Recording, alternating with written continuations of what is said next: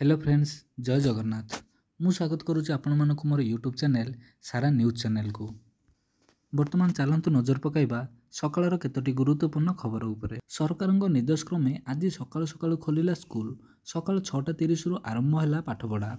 सकाळ 6:30 रु आरंभ होई 10:30 पर्यंत क्लास चलिबो। तेबे ग्रीष्म प्रवाह को दृष्टि रखी सरकार एही निष्पत्ति नैथिबा बेले प्रथम रु द्वादश श्रेणी पिलांक पर्यंत एही नियम लागू करा जायछि। सकाळुआ स्कूल नहीं गणशिक्षा विभाग पक्षर गतकाली विज्ञप्ति जारी करा जायथिला। 4 घंटा धरी स्कूल में पाठ पढ़िबे छात्र छात्री।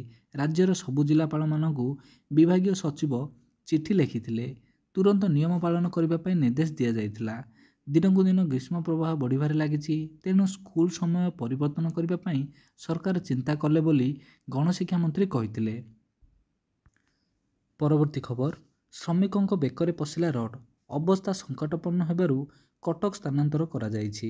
अनुगुल जिला मुख्य चिकित्सालय एक बिल्डिंग रड बाइंडिंग पाई रड कटिंग करी उपरकू चढ़ाउथिबा बेले एही अघटन घटिछि।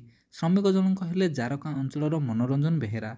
से रड कटिंग करी दौड़ी साहाय्य उपरकू उठाउथिबा बेले रडटी खसी जिबारु मनोरंजन बेकरे पशि जाइथिला।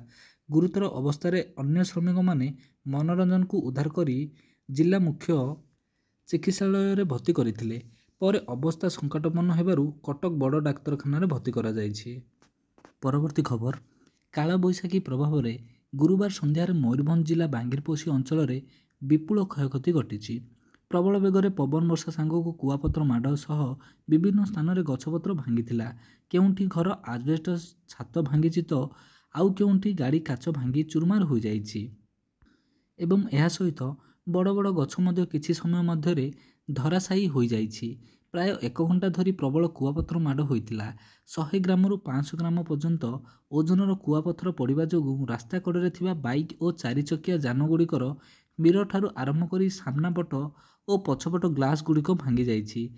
रबी धान फसल पनीपरिबा कुआपथर माड़े प्रबल क्षतिग्रस्त होइछि। परवर्ती खबर, रेल धारणरू युवकों मृतदेह उद्धार। ब्रह्मपुर रेलबाई थाना अधीनस्थ रामनगर रेल धारणरू राहुल गौड़ नामक जन युवकों शव उद्धार करा जायछि। रेलबाई पुलिस 21-25 अनुଯାयी एक अपमृत्यु मामला रुजु करी शव व्यवच्छेद पर ब्रह्मपुर बड़ डाक्तरखाना को पठाई घटनार तदंत आरंभ करिछि। मृत राहुल कौनसी चलंता रेलरू खसी पड़िथिबा आशंका करा जायछि।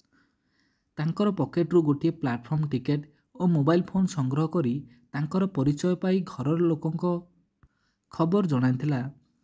पोलसरा थाना अंतर्गत गोछापड़ा ग्रामर राहुल बापा भुवन गौड़ आसी पुअर शव को चिन्हट करथिले।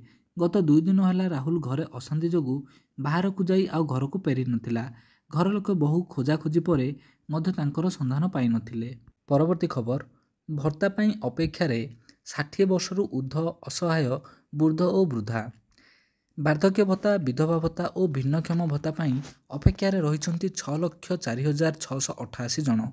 सेहीपरि भिन्नक्षम भत्ता पाई आवेदन करिसेंती 40,927 जन हिताधिकारी। सेपटे विधवा भत्ता पाई आवेदन करिसेंती 61,579 जन।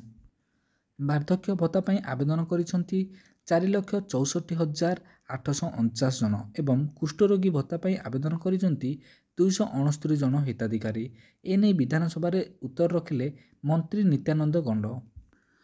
परवर्ती खबर, काल बैशाखी प्रभाव में आसंता कालिठू 4 दिन पर्यंत राज्य में प्रबल वर्षा हेबारे संभावना रही।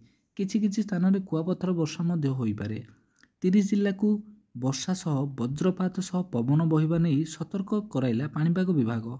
18 जिला को येलो वार्निंग जारी करिथिबा बेले 12 जिला को ऑरेंज वार्निंग जारी करा जायछि। परवर्ती खबर, टाटा पावर विरोध में आंदोलन। ओडिशा विद्युत उपभोक्ता महासंघ लयर पीएमजी रे सर्वदलीय जन आंदोलन करिछि। एथिरे बीजेडी मध्य जोग देइछि। टाटा पावर पाई दिनकु दिन लोकों समस्या बढ़ुछि। चुक्ति रे जहा थिला तार उल्टा कार्य करुछि टाटा पावर। लोकों को न जनाई विद्युत सेवा काटी देउछि।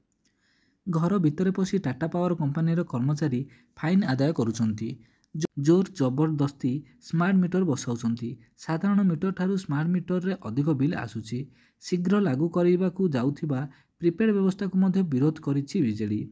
स्मार्ट मीटर वर्जन 300 यूनिट मागणा विद्युत जोगाइबा, ବିଦ୍ୟୁତ୍ ଦର ବୃଦ୍ଧିକୁ ହ୍ରାସ କରିବା ଆଦି ଦାବିରେ ଲଢ଼େଇ ହେବ।